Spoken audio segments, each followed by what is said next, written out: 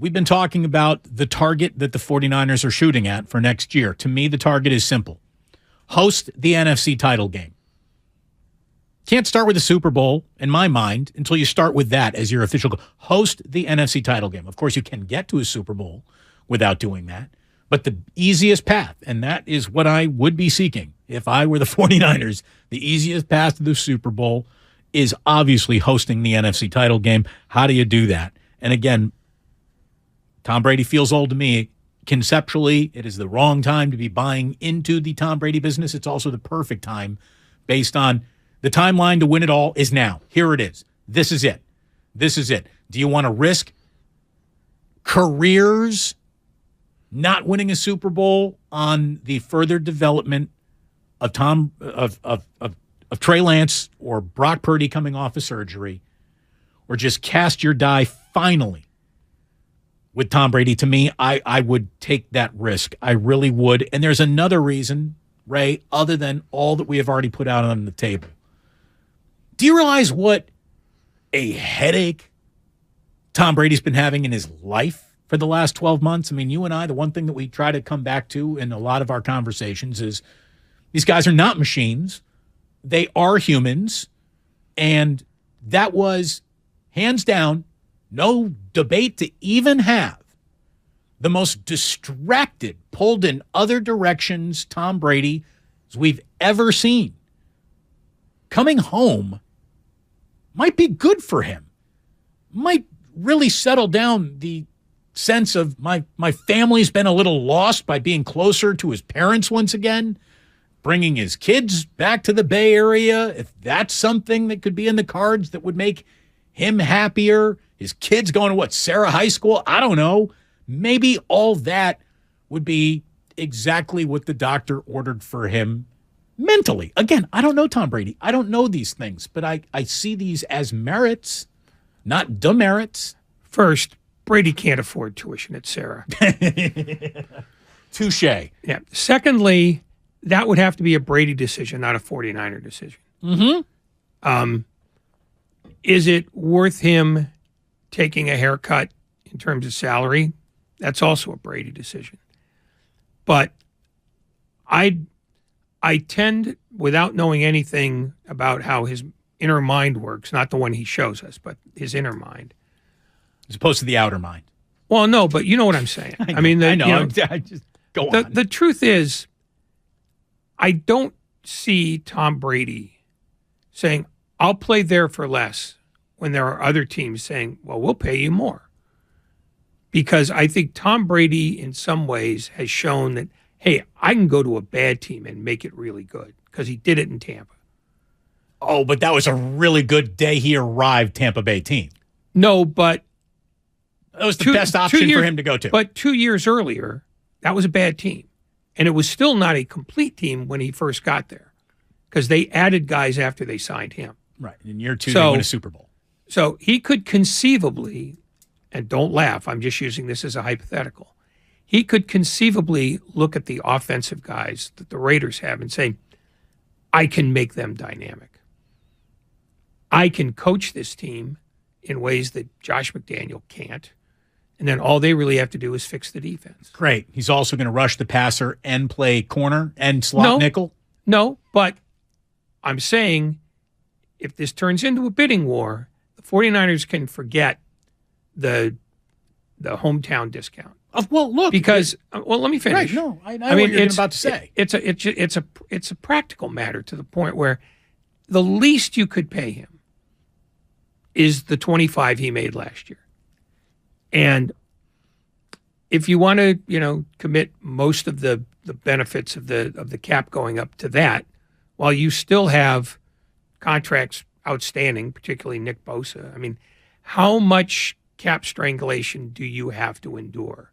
Which brings me to my next point, which is if you bring in Brady, as a simple matter of math, you almost have to find a place to trade Trey Lance and his $9 million a year. We'll talk about that in a minute. This is Gabriel in Napa Valley. What's going on, Gabriel? You're on with Damon and Ratto. Hey, fellas. Tom Brady is available. Tom Brady wants to come to San Francisco. If you don't do that in the big picture of what it means possibly, potentially could mean to the 49ers, that's bananas. That's insane. Brock Purdy was an incredible story. An incredible story. Trey Lance, in his entire life, has played less than 60 games. Do you want, even if Tom Brady has the potential to get hurt because the line isn't upgraded, and Ray, you're absolutely right. That offensive line, I said all the last 9 games, hey, man, if they can keep Purdy clean, he'll be just fine. Purdy's not clean, Purdy's out of the game. Shoot, he might be out for 6 to 12 months. If you don't want Tom Brady as your leader with this particular team, even just in the quarterback room, if he gets injured, he's so smart. I cannot believe that anybody would choose that. And that's not me being sentimental. I don't know what you guys think about the Niners. I've heard they've stockpiled a zillion draft picks. Maybe not this year. No, they've got them this year. They got 13 picks. Well, my point being, they've done an incredible job of drafting, not necessarily first-round picks, but, that 3rd, 4th, 5th round. Go get some more surplus of linemen. They have to upgrade there, but everywhere else, they're supposed to be the best defense. They might have been exposed a little bit, but I just love the idea of him being that mentor to perhaps this next quarterback. But you cannot go into the season with a dude that just had UCL and maybe Tommy John, thinking that's your first guy, and Trey Lance has showed us he can't stay on the field. Anyway, I will bet you, Mr. Ratto, a bottle of Dariush, that my brother, August 3rd birthday, Tom Brady, is on the team.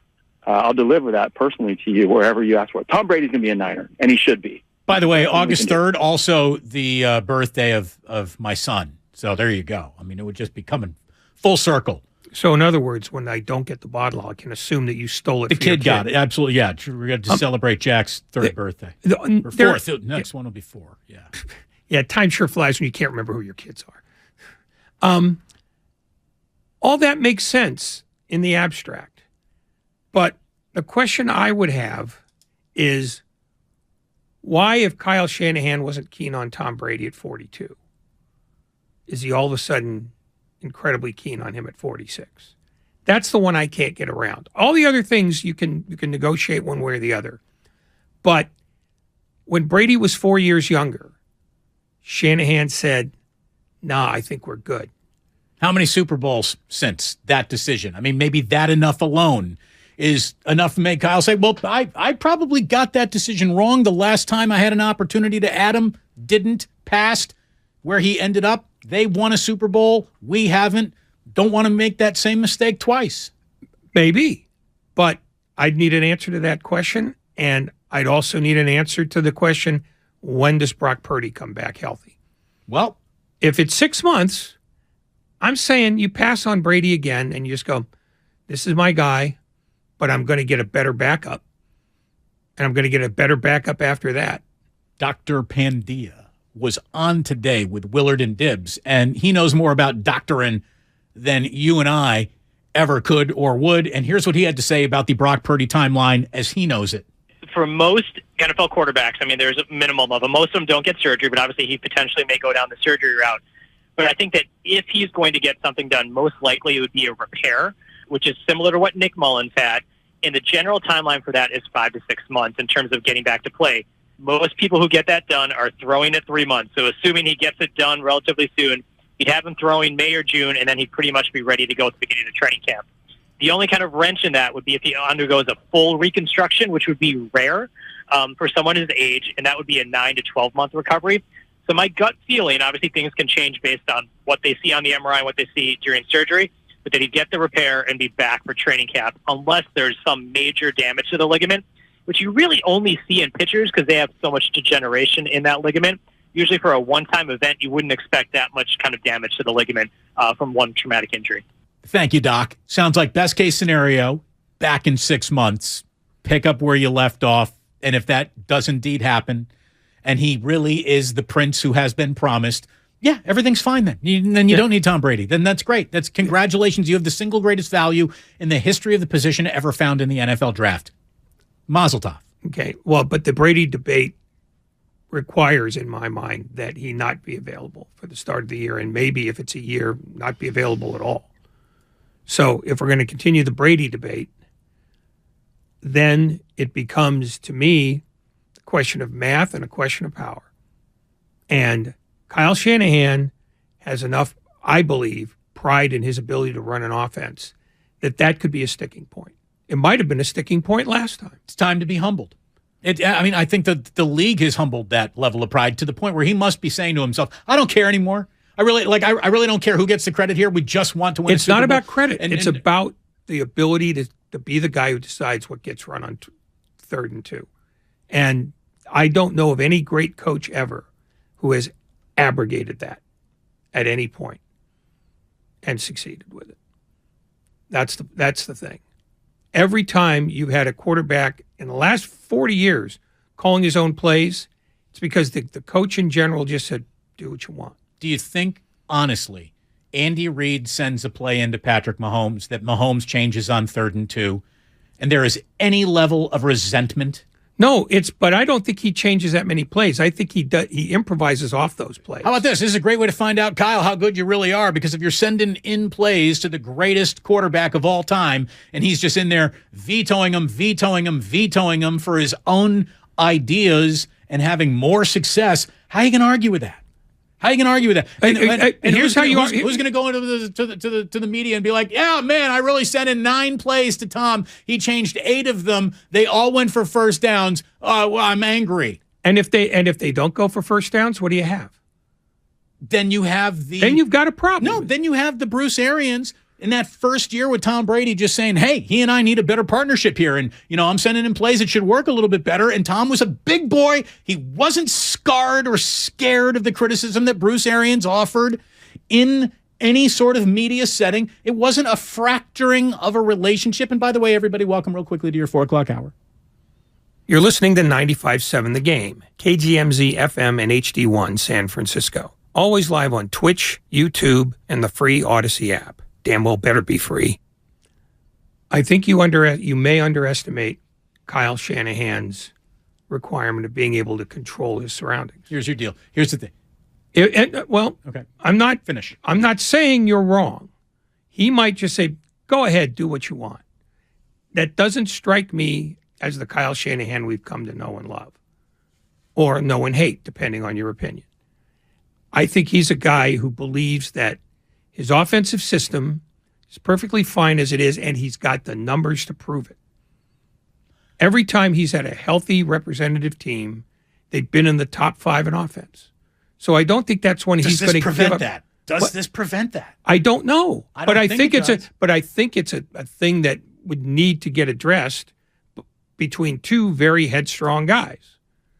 And I think that would have to be sorted out almost down to like the atomic level where, look, if it's 3rd and 3 and I want this run, you're going to run it. Or if it's 3rd and 3 and I see something I don't like, you have to get out of my way. They have to work that out ahead of time. And they have to work that out ahead of time to the point where they're working it out before they agree that they're going to work together. I think it just needs to be as granular a conversation as you want it to get to, or it's as simple as this. Who cares? Who cares how we win? If it's that much to you, Kyle, where you'd rather fail with the plays you believe in than succeed with the corrections Brady might make, well, then we're all banging our heads against the wall pretending that a Super Bowl is the priority in the first place. But who cares who gets the credit at this point? However, Kyle was wired. It doesn't matter anymore. Here's the new wiring. Win the Super Bowl come hell or high water in 2023, year of our Lord. That's it. That's it. Who cares who gets the credit? Who cares how it happens? It's not about the credit. I'm going to say it again. It's about who believes they know more about the offense than the other guy. That's credit. No, it's not credit. It's not credit. Well, whatever you want to call it. No, it's control of what gets credit. done. No, control is not credit. Then whatever you want to say. What needs to be solved? Solve that. I don't care what your issues are. All right, and my point is, Kyle Shanahan is not a guy who's failed with this offense. The offense has been... What's the goal? Win the Super Bowl. Yeah. He hasn't done that. That's failing. That's it. No, don't get me wrong. We have learned the gears turn out a very good product. There is no debating that Kyle knows what he wants to do and has done it quite well. The only ask left, the only positive litmus test that needs to come in from the pH balance is, did you win the Super Bowl? Because anything that says, no, we didn't win the Super Bowl means that didn't work out the way it was supposed to. If you think this team is as good as I think it is, who cares? Control, power, prestige, veto, red line, whatever you want to call it. I don't care. You can decide that you don't care. The question I have is, do they care? Because I think they both do. And I also think we're still avoiding what is really the elephant in the room, which is fixing an offensive line that is great at run blocking and only average at pass blocking. All right. So let's get to that. Here's how you do it. Here's how you fix this offensive line. And remember, Brendel is a free agent. So you got a decision to make on him. You got Burford and Banks. First of all, you want to know what this offensive line was all year long? It was very good. It was very good in terms of pass blocking. The 49ers surrendered the 6th least amount of sacks in football. So you got a top 10 offensive line in terms of sacks surrendered, which is a good number to be working from when your 3 interior offensive linemen were clearly the weak spot. And I think they all proved that they can play in this league and they will get better. And they all just got as big of a lesson of how good you need to be to compete at the highest level by taking on the Eagles and the Cowboys and the Seahawks in the postseason. They have been brought out to the proving ground, and they took their lumps. And hopefully these 3, or even if it's 2, because you're not bringing Brendel back as a free agent, hopefully these guys have the single greatest offseason of their lives where they are focused on recovery, power, nutrition, and they all come in as wired for excellence with a year of playing high leverage, real big boy football underneath their belts, and they're better. And if they're better, that's improvement. Having said all of that, you then go about drafting or signing the best available guard or center in free agency. And then when the draft comes around, you are drafting interior offensive line multiple times. You're adding depth, possibly the threat of a starter to Banks or Burford. And I think you look at what you have and you don't say, we need a full rebuild. Give me the best available I can find on the market. We'll add depth through the draft. And that's how we rebuild this offensive line. And then you got a question on McGlinchey. How much do you want to spend there?